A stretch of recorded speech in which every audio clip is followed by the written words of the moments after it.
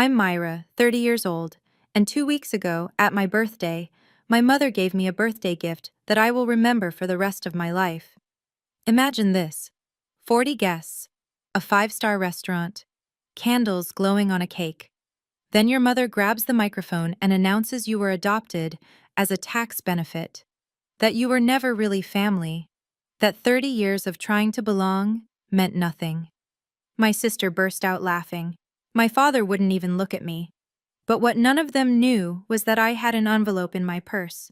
An envelope from my grandmother.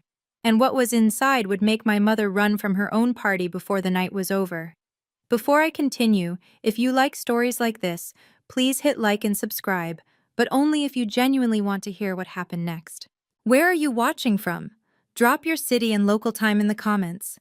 Now let me take you back 1 month earlier, to the day I got a phone call that changed everything. It was almost 8 o'clock on a Thursday night. I was still at my desk at Harrison & Cole Architecture, reviewing blueprints for a renovation project that wouldn't matter in 48 hours. My phone buzzed. Unknown number, Boston area code. I almost ignored it. These days, unknown numbers usually meant spam, but something made me answer. Miss Anderson? A man's voice, measured, professional. My name is Theodore Whitman. I was your grandmother's attorney. I straightened in my chair. Grandma Grace had passed 6 months ago. We'd had the funeral, read the will, said our goodbyes. Why was her lawyer calling now? There's a matter I need to discuss with you, he continued. In person. It concerns documents your grandmother left specifically for you. I don't understand. The estate was already settled. This is separate. He paused. Your grandmother left explicit instructions that no one else in your family should know about this conversation. She was very particular about that. My heart began to pound. Grandma Grace was the only person in my family who'd ever made me feel like I wasn't an outsider. She'd held my hand at family dinners when Patricia made her little digs. She'd whispered to me once when I was crying in her garden, "You belong here more than you know, sweetheart. One day you'll understand." I'd never understood what she meant. When can we meet? I asked. Tomorrow morning, 9 o'clock. I'll text you the address. After I hung up, I sat in my dark office for a long time. Grandma Grace had kept secrets. Secrets meant only for me. Part of me was afraid of what I'd find. A bigger part needed to know. That night, I came home to my apartment, the cramped one-bedroom I rented alone because living with family had never been an option. My phone buzzed again. The family group chat. Patricia Anderson, my mother, or rather, the woman who raised me, had sent a message. Big news. We're throwing Myra a 30th birthday dinner at the Sterling. Saturday the 15th, 7 p.m. Everyone's invited. I read it 3 times. The Sterling was one of Boston's most exclusive restaurants. My parents had never, not once in 30 years, thrown me a party like that. For my 18th birthday, I got a quiet family dinner. Grocery store cake, a card with nothing written inside except "Happy Birthday." That same year, Jenna turned 15 and got a pool party with 30 friends, a DJ, and a professional photographer. I remembered sitting at my own birthday dinner, watching Patricia introduce guests. This is Jenna, our daughter, and this is Myra. That pause, that tiny, deliberate pause before my name, I'd heard it 1,000 times. I stared at Patricia's text. Why now? Why this sudden grand gesture? Something felt wrong, like finding money on the street and knowing there had to be a catch. But maybe, whispered a hopeful voice I couldn't quite silence, maybe she's finally trying. Maybe this is different. I typed back, "Wow, thank you so much. I'm so surprised." Patricia replied immediately, "You deserve it, sweetheart." Sweetheart. She'd never called me that before.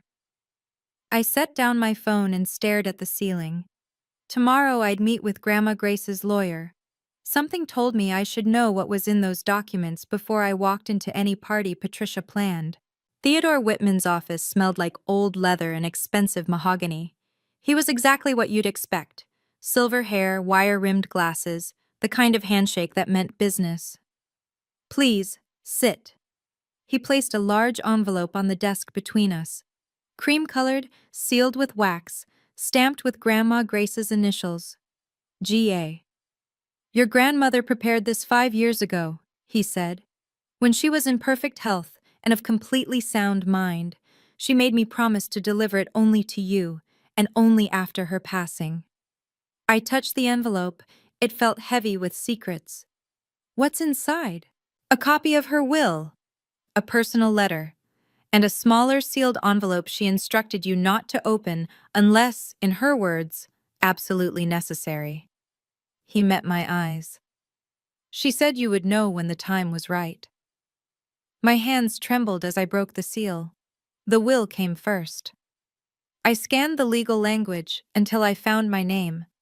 I hereby bequeath the Anderson estate, along with all property and contents therein, to my granddaughter, Myra Anderson. I stopped breathing. The Anderson estate, Grandma Grace's mansion, the house where every holiday dinner happened, every family reunion, every important gathering. The house Patricia had decorated and maintained for 20 years, as if it were already hers. This can't be right. It's entirely legal. 3 independent attorneys witnessed the signing. Video documentation exists. But why me? Mr. Whitman handed me the letter. Perhaps this will explain. He leaned forward. The will goes public in 2 weeks. Your grandmother wanted you to have time to prepare. Prepare for what? His expression was grim. For what your family might do when they find out. I waited until midnight to read Grandma Grace's letter. My apartment was dark except for one lamp. Outside, Boston hummed with distant traffic. I unfolded the pages, her elegant handwriting, achingly familiar, and began.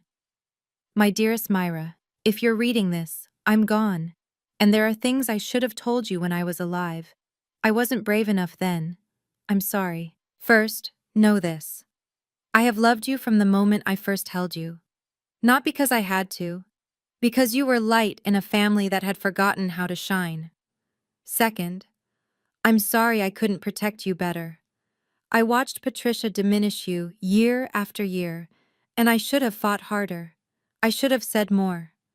Third, and this is the hardest part, you are not a stranger, Myra. You are not some random child adopted for convenience. You belong to this family more deeply than anyone has told you. You are my blood. My real blood. I cannot explain everything in this letter. The small envelope contains the full truth. Documentation, proof, everything you'll need when you're ready. But open it only when you must. When you're ready to face what it means. Be brave, my darling girl. You are so much stronger than they've ever let you believe. All my love, forever, Grandma Grace. I read it again, and again. You are my blood. What did that mean? I was adopted. Patricia had made sure I never forgot it. But Grandma Grace said I belonged, said there was proof. I looked at the smaller envelope, still sealed. Only open when absolutely necessary. I locked it in my safe that night. Something in my bones told me I'd need it soon. What I didn't know then, what I wouldn't learn until much later, was that across town, Patricia was making plans of her own. I pieced the story together afterward, from what Aunt Helen told me, and what I could infer from the wreckage. Patricia was pacing her living room. Jenna sat on the couch scrolling through her phone. I found out today, Patricia said, her voice tight. About the will. Jenna looked up. What will? Your grandmother's. That woman left the estate to Myra. Patricia's hands were shaking. The entire thing, the house, the land, everything. What? Jenna dropped her phone. How is that even possible? It's legal. She did it years ago, behind everyone's back, and the will goes public in 2 weeks. But that house, Mom, you've been decorating it for years. You've been planning to... I know. Patricia's jaw tightened. Which is why we need to act now. What do you mean? Patricia stopped pacing. Her eyes went cold. The birthday party. 40 guests. Everyone who matters. Jenna frowned. I don't understand. Myra has spent 30 years trying to earn her place in this family. She's desperate to belong. Patricia smiled, but there was nothing warm in it. If we humiliate her publicly, really humiliate her, she'll be too ashamed to show her face again. And once she's gone, contesting that will become much easier. Jenna hesitated. Mom, that's kind of harsh. That house was supposed to be yours, Jenna. Are you going to let some adopted charity case take it? The hesitation faded from Jenna's face. What do you need me to do? They had no idea what Grandma Grace had left me, and they had no idea I was ready to use it. 1 week before the party, I was at Nordstrom, doing something I rarely did, spending money on myself. A dress. Something beautiful. If my family was actually throwing me a real birthday party, I wanted to feel like I deserved to be there. The emerald one, said a voice behind me. It'll bring out your eyes. I turned. Lucas Smith, my closest friend at the firm, was grinning. Are you stalking me now? Saw you through the window. You looked like you were overthinking. He tilted his head. Talk to me. So I did. I told him about the lawyer, the will, the letter. Not everything, not the part about being blood, but enough. Lucas listened without interrupting. Then he said something I'd never forget. Myra, you've walked into that family's traps your whole life. If there's even a chance this party is another one? He looked at me seriously. Don't go in empty-handed. What do you mean? Bring everything your grandmother left you, just in case. Lucas, I don't want to turn my birthday into a war. You might not have a choice. He squeezed my shoulder. Just be prepared, that's all I'm saying. That night, I laid everything out on my bed. The will, the letter, the sealed envelope I still hadn't opened. The clutch I'd bought was small, barely room for a phone and lipstick, but just big enough for the truth. I tucked the envelope inside. Just in case, I told myself. I didn't know then how right Lucas would be. I didn't know that in 7 days, I'd stand in front of 40 people, and those documents would be the only thing standing between me and complete destruction. The sterling took my breath away. Crystal chandeliers cast dancing light across white tablecloths. Floor-to-ceiling windows framed the glittering Boston skyline. A U-shaped banquet table dominated the room, and at its center sat a chair wrapped in ribbon. My chair. 40 guests had already arrived, relatives I saw once a year, friends of my parents, a few colleagues Patricia had insisted I invite, to make it look real, I'd later realize. Myra, birthday girl! Patricia swept toward me in a navy dress, arms open wide. Her hug was stiff, her smile not quite reaching her eyes. Thank you for all this, I said. It's a lot. You deserve it, sweetheart. That word again, sweetheart. My father, Richard, appeared next. Brief handshake, eyes that wouldn't meet mine. Happy birthday, he murmured, already retreating. Jenna didn't bother with hello. She stood in the corner, phone raised, recording, like she was documenting a zoo exhibit. Then I saw her, Aunt Helen. She'd flown in from California, which she almost never did, my father's sister. The only one who'd ever defended me when I was young. She crossed the room and wrapped me in a real embrace, warm, protective, and she whispered something that made my blood go cold. Whatever happens tonight, remember, your grandmother would be proud of you. I pulled back. What do you mean? A server called everyone to their seats before she could answer. I sat in my ribbon-wrapped chair, clutch in my lap, scanning the faces around me. 40 witnesses. Whatever Patricia had planned, she wanted an audience. Fine. If she wanted an audience, she'd get one. The envelope pressed against my thigh like a heartbeat. Dinner was fine. Salmon, asparagus, polite conversation. I almost relaxed. Then Patricia stood. She smoothed her dress, walked to the small podium, and tapped the microphone. Conversation died instantly. Thank you all for being here tonight. Her voice was honey. We're celebrating someone very special. Our Myra is turning 30. Applause. Smiles. I gripped my napkin beneath the table. 30 years, Patricia continued. Can you believe it? It feels like yesterday that she came into our lives. Something shifted in her tone. A slight edge, barely perceptible.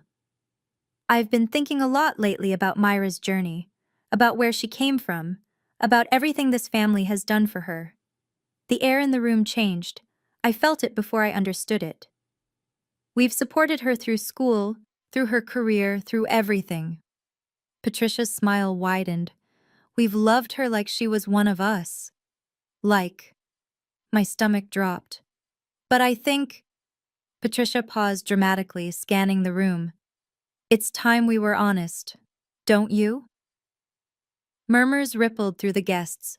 Confused glances exchanged. I looked at my father. He was staring at his plate, shoulders hunched, refusing to look up.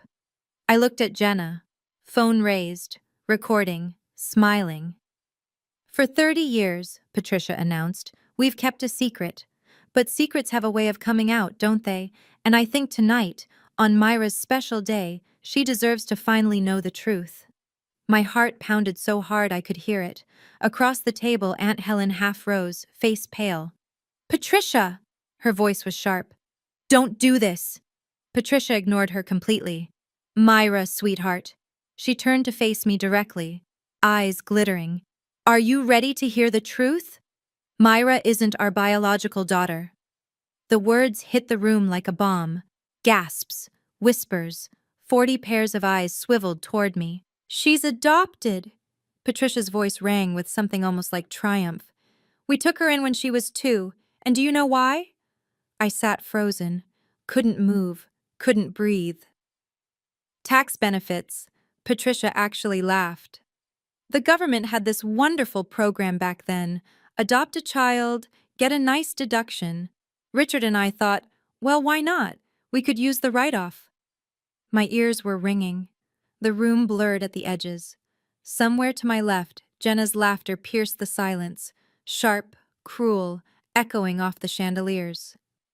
So there it is, Patricia continued, spreading her hands wide like a performer taking a bow. The truth. Myra was never really part of this family. She was a financial decision. She turned to me with exaggerated sympathy. I hope this doesn't upset you, sweetheart. But after 30 years of pretending, I thought you deserved honesty. I couldn't feel my hands, couldn't feel anything. 40 people stared at me, some horrified, some pitying. One woman was already whispering to her husband. My father still hadn't moved, hadn't looked up, hadn't said a single word in my defense. Jenna lowered her phone just long enough to call out, "Happy birthday, sis!" More laughter from somewhere. The silence stretched. Patricia waited. She was waiting for me to crumble, to cry, to flee in humiliation. That's what she expected. That's what she'd planned for. But then I felt it, the weight of the envelope in my clutch. Grandma Grace's words echoing in my mind. Be brave, my darling. I took a breath, and I stood up. I stood. I didn't speak immediately. I stood there, letting the silence stretch, letting 40 pairs of eyes register that I wasn't crying, wasn't running, wasn't doing any of the things Patricia had scripted in her head. My hands were trembling, but my voice was steady. Thank you, Patricia, for that illuminating speech. Her smile faltered. This wasn't how it was supposed to go. I looked around the room, at relatives who'd treated me like furniture for decades, at family friends who'd watched Patricia belittle me and never intervened, at my father, still refusing to raise his head, at Jenna, phone still recording. Good. Let her record everything. You're right about one thing, I said. It is time for truth. I reached into my clutch. Patricia's expression flickered. Uncertainty crept into her eyes. Myra, this really isn't the... Oh, but it is. I pulled out the envelope. Cream-colored. Grandma Grace's initials stamped in wax. You wanted to do this publicly, Patricia, before 40 witnesses, so let's do it properly. The room went absolutely still. I caught Aunt Helen's gaze. She gave me a small, almost imperceptible nod. Your grandmother would be proud. I looked down at what I held. Everything Grandma Grace had saved for me. Everything she'd wanted me to know. For one moment, I considered putting it away, walking out, taking the high road. Then I remembered every Christmas dinner where I sat in the corner, every birthday forgotten, every time Patricia introduced Jenna first and treated me as an afterthought.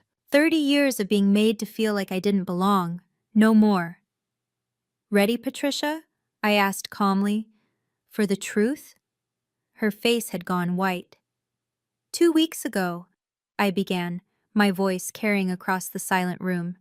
I received a call from Theodore Whitman, an estate attorney. Some of you may know him. He handled my grandmother's affairs. Patricia went rigid. He had documents to give me. Documents my grandmother prepared 5 years ago when she was healthy and sharp and knew exactly what she was doing. I held up the envelope. This is a copy of her will, certified, witnessed by 3 independent attorneys, completely legal. Myra. Patricia's voice was strained. This isn't the place to discuss. This is exactly the place. I kept my tone calm, professional. You made it the place when you called me a tax write-off in front of everyone I know. Several guests shifted uncomfortably. Someone coughed. So, let's talk about truth, Patricia. You seem to love truth so much. I opened the envelope. Let me share some. Jenna had lowered her phone. Her smile was gone.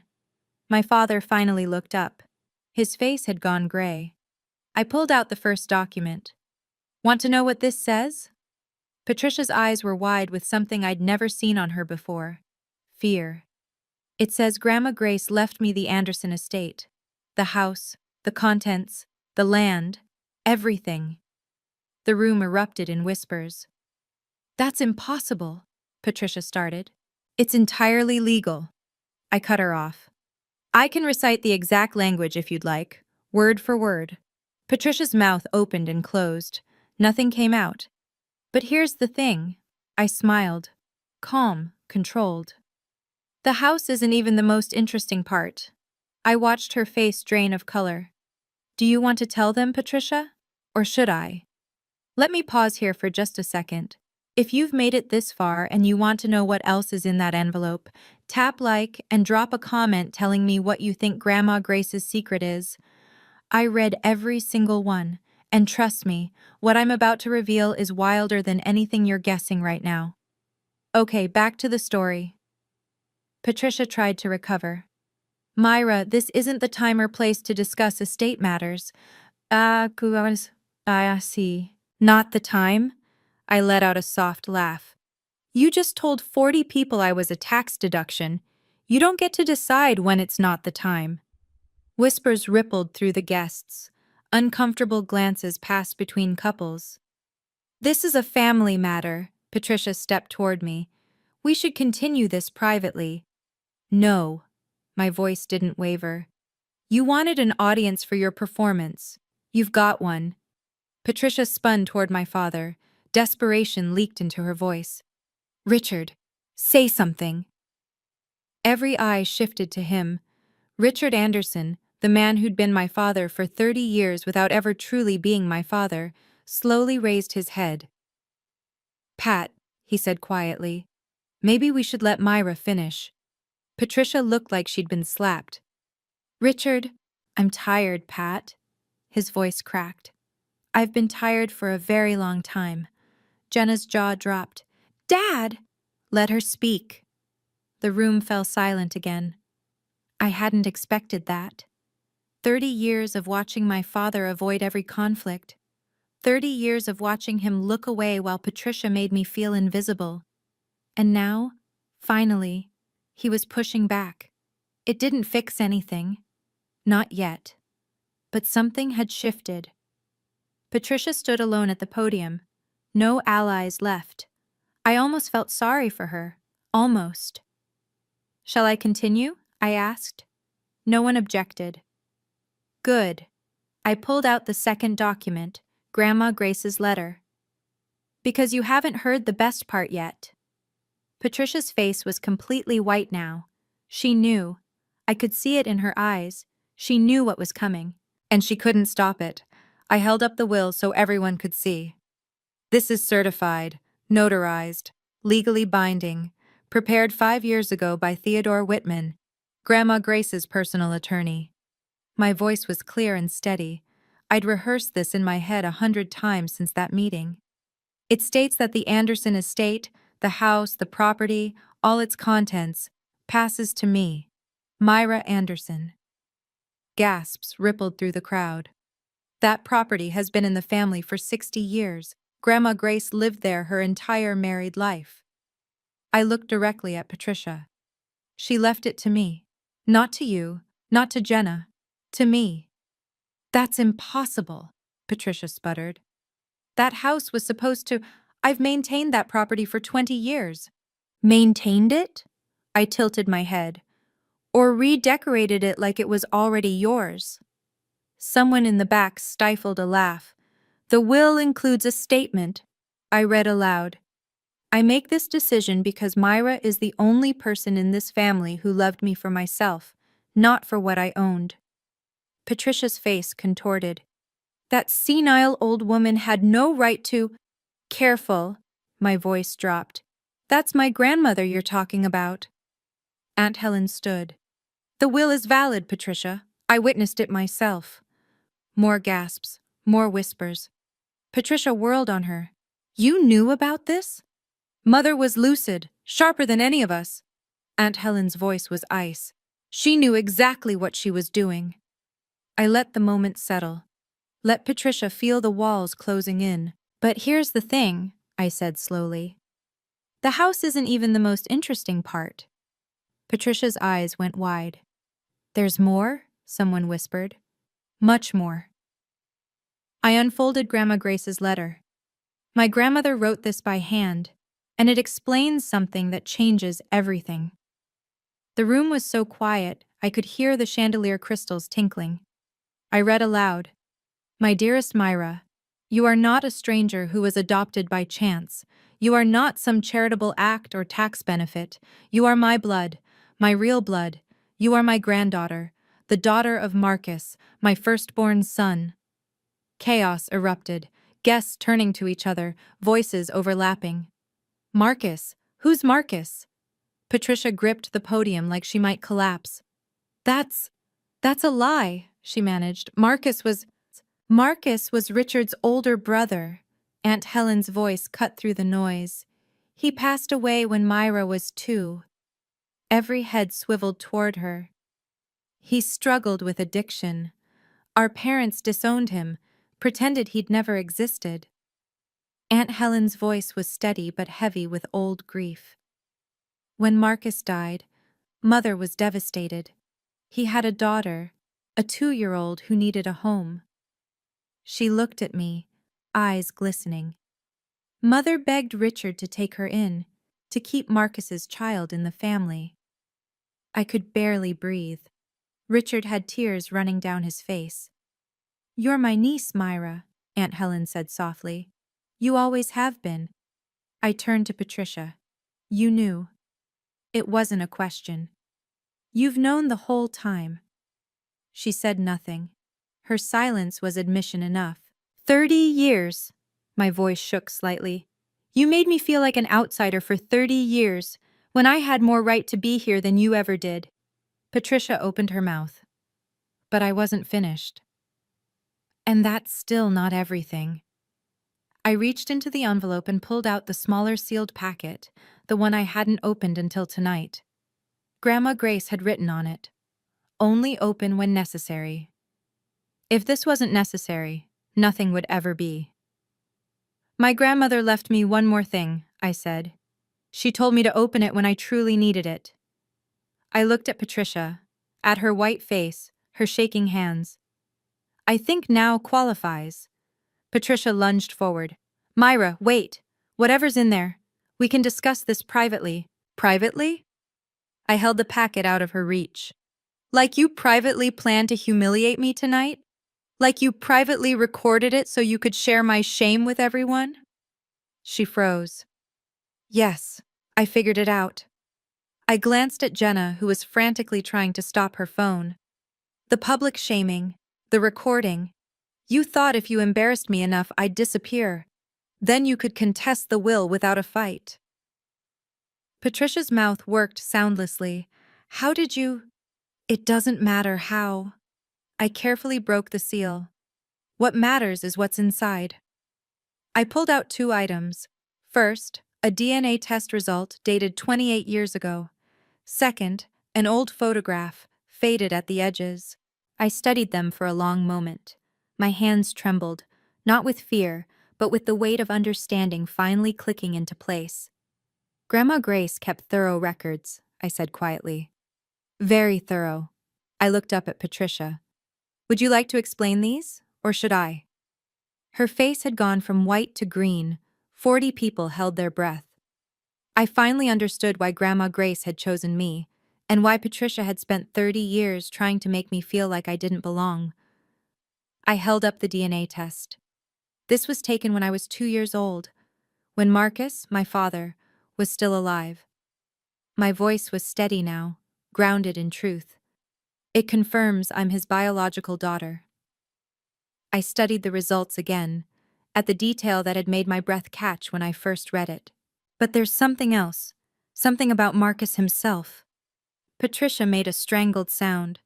Marcus Anderson, I read clearly, was not biologically related to Harold Anderson, the man listed as his father. The room erupted. What does that mean? Someone called out. It means, Aunt Helen said quietly, that our mother had Marcus before she married our father. He was from a previous relationship. Harold adopted him when they wed, but Marcus was never a biological Anderson. I let that sink in. So Marcus wasn't Harold's biological son. I'm Marcus's biological daughter, which means, I paused. The Anderson family has no blood claim to my grandmother's estate. Her property came from her family, not Harold's. I held up the photograph, a faded image of a young woman holding a baby. Same eyes, same smile. You married into a family, I told Patricia, that has no connection to this inheritance. The estate belongs to Grandma Grace's bloodline. I lifted the photo higher. And that bloodline is me. Patricia swayed. You spent 30 years making me feel like I didn't belong, I said, but I'm the only one here who actually does. Someone started clapping, then another, then half the room. I didn't smile. I wasn't doing this for applause. I was doing it for truth, and the truth was finally free. Patricia attempted one final counterattack. This is ridiculous. That will can be contested. These documents could be forged. They're not forged, Aunt Helen stepped forward. I have video of Mother signing the will. I have the original DNA results in a safety deposit box. And I have 20 years of documentation of exactly how you treated Myra. Patricia whirled on Richard. Richard, are you just going to sit there? Are you going to let them attack your own wife? Every eye turned to him. Richard stood slowly. For the first time all evening, he looked his wife directly in the eye. Myra is my niece, he said quietly. My brother's daughter. She's always been family. His voice cracked. And I've spent 30 years watching you tear her down, watching you make her feel worthless. And I never stopped you. I never protected her. He turned to me. I'm sorry, Myra. I'm so deeply sorry. I nodded. I couldn't speak yet. Patricia looked around the room desperately, at guests who wouldn't meet her gaze, at Jenna crying silently in the corner, at the complete collapse of the perfect image she'd constructed over decades. This isn't over, she hissed. I'll fight this. You'll lose. My voice was calm. The will is airtight. The evidence is documented. And everyone here just heard you call your adopted niece a tax benefit. I stepped closer. You wanted to humiliate me, Patricia. You wanted to make me disappear, but all you did was show everyone exactly who you are. Patricia's face crumpled. For the first time in 30 years, she had nothing to say. I let myself breathe.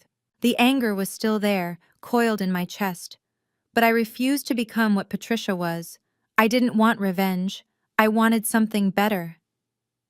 I didn't come here to destroy anyone, I said. I came because I thought, maybe foolishly, that this was actually a birthday celebration. A few guests shifted uncomfortably. You tried to take something from me tonight, Patricia. My dignity, my sense of belonging. But here's what you never understood. I looked at her steadily. I don't need your permission to know my own worth. I never did. I just spent 30 years believing I did. I gathered the documents and returned them to my clutch. The estate is legally mine, but I'm not throwing anyone onto the street. That house meant something to Grandma Grace. She loved the people in it, even you, though I can't imagine why. Patricia blinked. She hadn't expected mercy. But everything changes now. My voice hardened. I will not tolerate being treated like I don't matter. Not anymore. From this moment forward, I set the boundaries. Not you. I turned to Aunt Helen. I have questions about Marcus, about Grandma Grace, about everything I was never told. She smiled through her tears. I'll tell you everything, sweetheart. I looked around the room one final time. Thank you all for coming to my birthday party. It's been educational. A nervous laugh rippled through the crowd. I picked up my clutch, straightened my dress, and walked toward the exit. Behind me, I heard heels clicking. Rapid, panicked. Patricia was leaving, running from her own party, exactly like I'd said she would. I didn't watch her go. I heard it, though, the sharp click, click, click of Patricia's heels on marble, the rustle of her coat, the heavy thud of the restaurant door. She was gone. Jenna stood paralyzed for a moment, mascara streaking her cheeks. Then she grabbed her bag and ran after her mother without looking at anyone. My father approached slowly. Myra. His voice was raw. I don't know what to say. You don't have to say anything right now. No. He shook his head. I need to. 30 years. 30 years I watched her do this to you, and I said nothing. I should have. He couldn't finish. You're right, I said quietly. You should have. He flinched. But you spoke tonight. That counts for something. I met his eyes. It's not enough, not yet, but it's a start. He nodded, wiping his face with the back of his hand. I need to go after her, make sure she's... He trailed off. Marcus would have been proud of you, Myra. I know I have no right to say that, but he would have. Then he was gone too. The room slowly exhaled. Aunt Helen wrapped her arms around me. Your grandmother is smiling right now, she whispered. I promise you. I let myself be held. For the first time in 30 years, I cried. Not from pain, not from humiliation, from release. Someone started humming Happy Birthday. Then another voice joined. Then the whole room, soft and tentative. I laughed through my tears. Happy birthday to me. The best one I'd ever had. The party didn't end when Patricia fled. Somehow, impossibly, it actually began. People I'd barely spoken to my entire life approached me one by one. Mrs. Patterson, who'd been friends with Grandma Grace for decades, squeezed my hands tight. I always sensed something was wrong with how Pat treated you. Your grandmother talked about you constantly, you know. You were her absolute favorite. Mr. Henderson, a family friend since before I was born, shook my hand firmly. That took guts, young lady. Real guts. Lucas appeared at my elbow with 2 glasses of champagne. Doing okay? Honestly? I have no idea. I accepted the glass. I think I'm still processing. You were phenomenal. He clinked his glass against mine. Absolutely phenomenal. Aunt Helen pulled up a chair and began talking. About Marcus, about the brother she'd lost and the addiction that had stolen him, about his talent and his kindness and the way his face lit up whenever he held baby Myra. He wasn't perfect, she admitted. He made mistakes, but he loved you more than anything in this world. His last months, all he talked about was making sure you'd have a good life. I learned things I'd never known.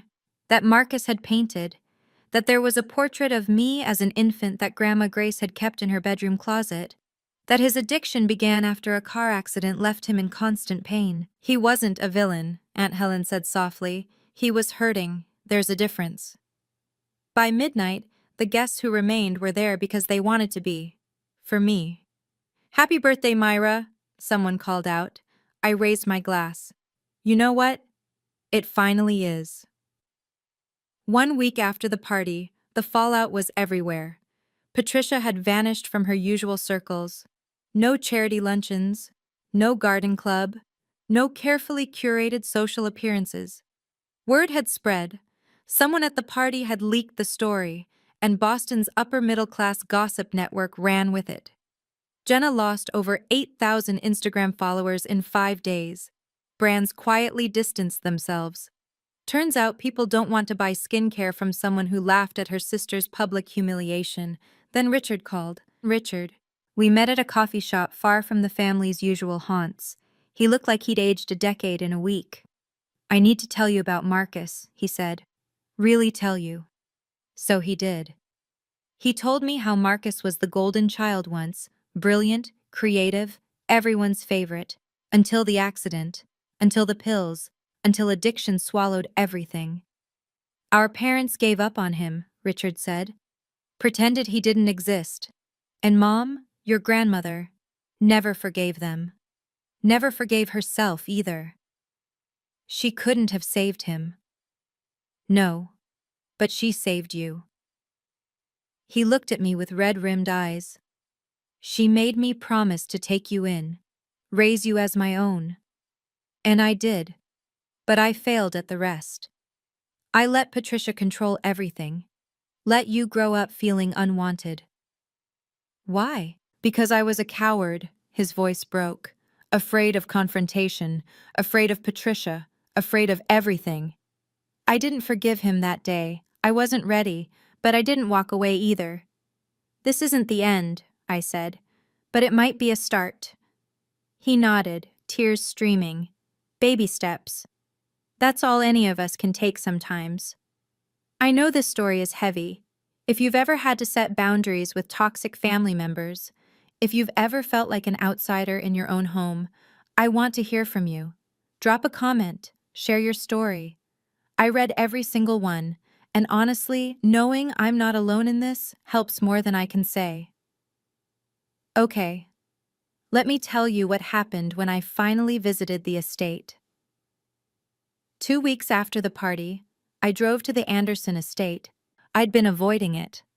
Part of me wasn't ready to face the place where I'd spent so many holidays feeling invisible, the house Patricia had treated like her personal kingdom.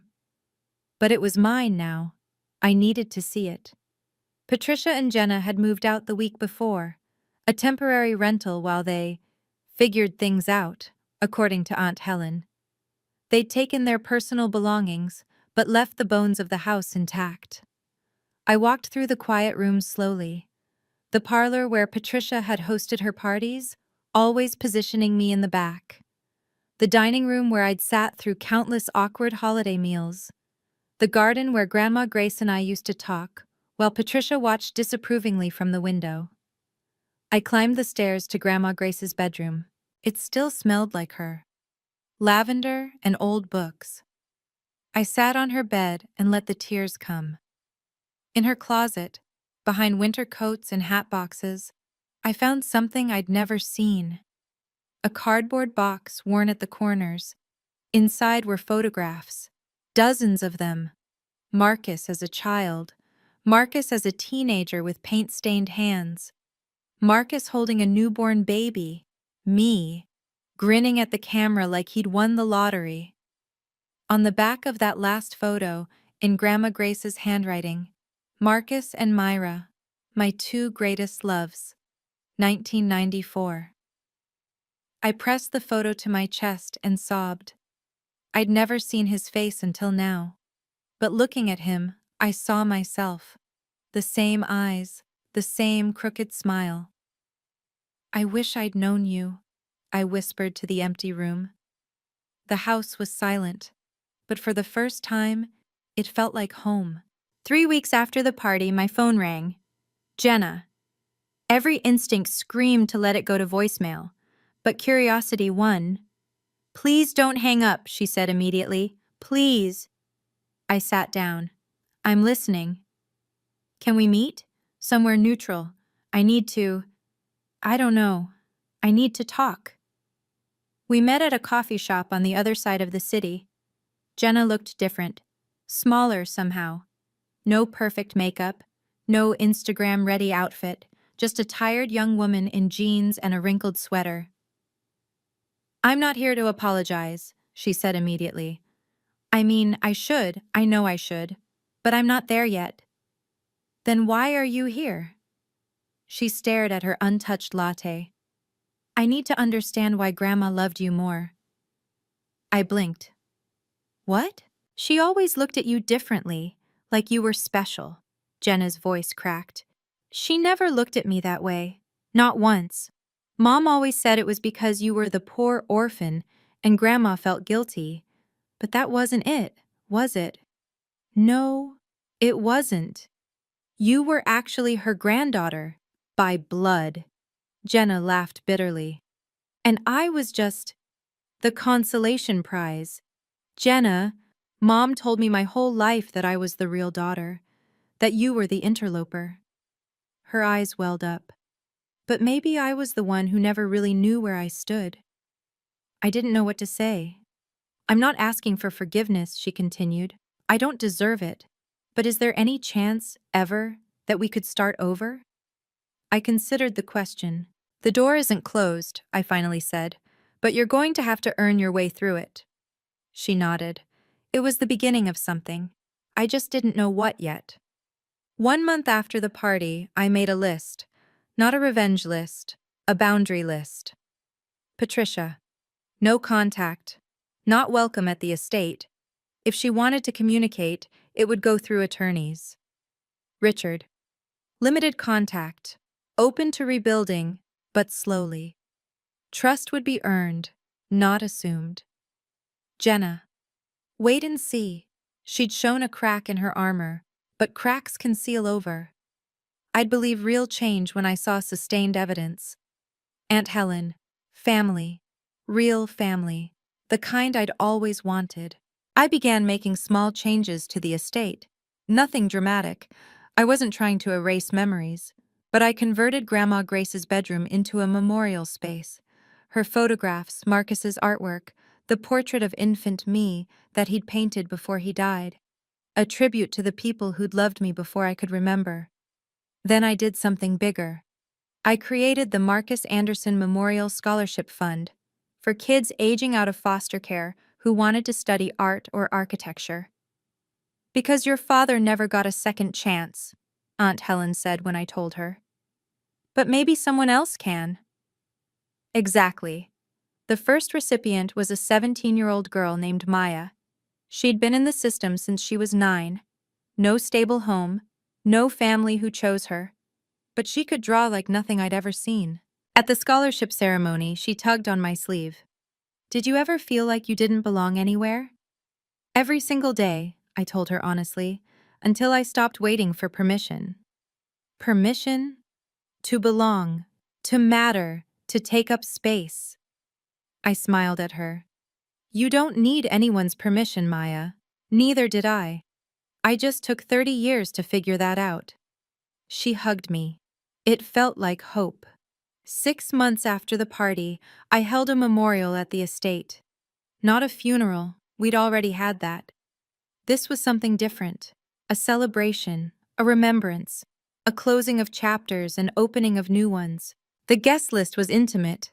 Aunt Helen, Richard, who'd been slowly, painfully rebuilding himself, Lucas, Mrs. Patterson, and a few of Grandma Grace's oldest friends. And Maya, the scholarship recipient, who I'd begun mentoring. No Patricia, no Jenna, not yet, maybe not ever. I arranged photographs on the mantel.